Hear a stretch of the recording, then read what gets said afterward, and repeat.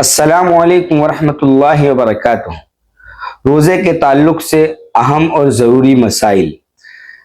روزے کے اندر سب سے پہلی چیز یہ آتی ہے کہ نیت، بلکہ شریعت کے اندر ہر عبادت کے اندر نیت کا بہت بڑا دخل ہے۔ اللہ کے رسول صلی اللہ علیہ وسلم کا ارشاد ہے انما الاعمال بالنیات، کہ اعمال کا دار و مدار نیت پر ہے۔ اسی طریقے سے روزہ ہے، روزے سے پہلے ہم کو نیت کرنا ضروری ہے۔ اگر نیت نہیں کی کسی شخص نے اور وہ پورا دن بھوکا رہا تو اس کا روزہ نہیں ہوگا۔ اس لیے رمضان المبارک کے اندر خاص طور سے نیت کا اہتمام کرنا ہے۔ چنانچہ لکھا ہے کہ رمضان المبارک کے ہر روزے کے لیے الگ الگ نیت کرنا ضروری ہے۔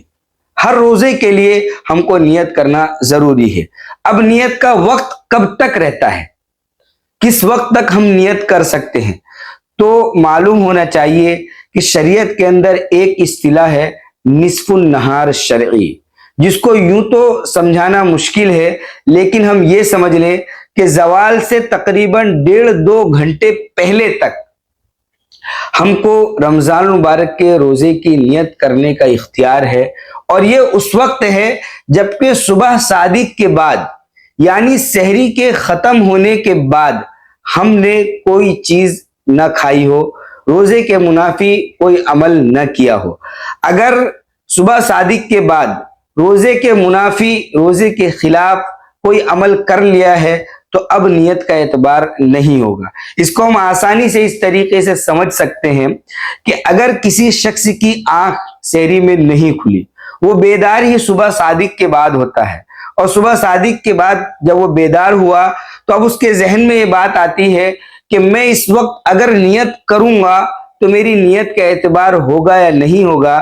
تو شریعت یہ کہتی ہے کہ اگر نصف النہار شرعی، جو ہم نے بتایا کہ زوال سے تقریباً 1.5-2 گھنٹہ پہلے تک اگر وہ نیت کر لیتا ہے تو اس کی نیت کا اعتبار ہوگا۔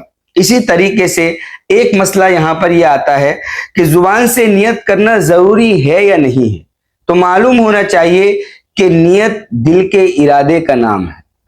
دل کے اندر اگر ہم نے اس بات کی نیت کر لی کہ میں روزہ رکھوں گا یا میں روزہ رکھوں گی، صرف دل کے اندر نیت کر لی، زبان سے کہنا ضروری نہیں ہے۔ لیکن اگر کوئی زبان سے کہہ لے تو اس میں کوئی حرج بھی نہیں ہے۔ نیت کے لیے زبان سے تلفظ کی ضرورت نہیں ہے، بلکہ محض دل سے ارادہ کر لینا کافی ہے۔ آگے کی ایک بات اور، لوگوں کے ذہن میں جب شروع میں ہم نے مسئلہ بتایا کہ ہر روزے کے لیے الگ الگ نیت کرنا ضروری ہے، یہ بات آ سکتی ہے کہ ہر ایک روزے کے لیے الگ الگ استحضار نیت کا کرنا یہ دشوار ہے۔ تو معلوم ہونا چاہیے کہ حتیٰ کہ روزے کے لیے سحری کھانا بھی نیت کے قائم مقام ہے۔ ہم سحری میں اٹھے، ہم نے سحری میں کھایا، ہمارا اٹھنا اور کھانا کھانا یہ اس بات کی دلالت ہے کہ ہم نے یہ سارے کام روزہ رکھنے کے لیے کیے ہیں۔ اس لیے علماء کرام نے لکھا ہے حتیٰ کہ روزے کے لیے سحری کھانا بھی نیت کے قائم مقام ہو جاتا ہے۔ اگر کسی شخص نے سحری کھا لی ہے اور سحری کھانے کے بعد مستقل الگ سے نیت نہیں کی ہے تو بھی کوئی حرج نہیں ہے، یہ سحری کھانا ہی نیت کے قائم مقام ہو جائے گا۔ اس کے بعد نیت کے بعد صبح صادق سے قبل کھا پی لینا۔ روزے کی ابتدا صبح صادق سے ہوتی ہے، اس لیے جب تک صبح صادق نہ ہو کھانا پینا وغیرہ سب جائز ہے۔ ایک مسئلہ ہمارے یہاں بہت زیادہ مشہور ہے اور یہ غلط بات لوگوں میں پھیلی ہوئی ہے۔ جیسے مثال کے طور پر ایسا ہوا کہ سحری کا آخری وقت 5 بجے کا ہے، یہ ایک مثال ہے۔ اب ہم نے 4 بجے ہی کھانا کھا لیا، اب 4 سے 5 کے بیچ میں 1 گھنٹہ ہے۔ 4 بجے ہم نے یہ نیت کر لی کہ بھائی میں کل کا روزہ رکھوں گا یا میں نے کل کا روزہ رکھ لیا۔ اب نیت کر لینے کے بعد اور صبح صادق کے وقت سے پہلے جو یہ درمیان میں 1 گھنٹہ ہے، تو کیا ہم اس وقت کھا سکتے ہیں؟ تو عوام میں یہ بات مشہور ہے کہ جب ایک بار نیت کر لی تو اب نہیں کھا سکتے، حالانکہ یہ بات عوام میں غلط مشہور ہے۔ صبح صادق سے پہلے اگرچہ ہم نے نیت کر لی ہے تب بھی ہمیں کھانے کا اختیار ہے۔ چنانچہ ہم نے 4 بجے نیت کی، لیکن اس کے بعد پیاس کا احساس ہوا، ہم نے پانی پی لیا، اس کے بعد ہمیں بھوک لگی، ہم نے کھانا کھا لیا، اس کے بعد کوئی اور چیز کھانے کا دل کیا، صبح صادق سے پہلے پہلے ہم نے ان چیزوں کو کھا پی لیا، تو اس سے روزے کے اوپر کوئی فرق نہیں پڑے گا۔